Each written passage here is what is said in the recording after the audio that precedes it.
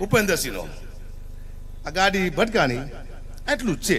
ઘરે થયા ગાડી ભટકાણી, પણ લાંબુ કરવું હોય તો કેવી રીતે કરાય કે બપોરનું ટાણું, દાડો સૂરજ મધ્યાહન પહોંચે, અને એવો એક રાજપૂત ગાડીમાં બેઠો, 1 કરોડની ગાડી, અને ધીમે ધીમે ધીમે ધીમે ધીમે હાલવા માંડી, પણ સ્પીડ પકડી જી ભાઈઓ, 110ની સ્પીડ.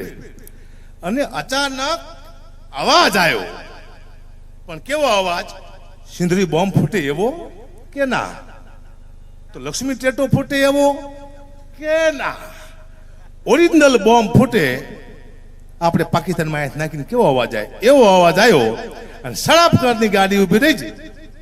ને ઉપેન્દ્રસિંહ નામનો રાજપૂત સાઈડ કાસમાં જોયું, અહીંયા કોઈ આવતું નથી ને, ધીરે લઈને દરવાજો ખોલ્યો, નીચે ઉતરો, અને કોઈ શિકાર ફરતો સિંહ આટો મારે એમ ગાડી ફરતો આટો માર્યો, પણ ગાડીને શું ભાંગી દીધું બાપુ? વ્હીલ પેટ ઉડી ગયેલી, હા બસાલી.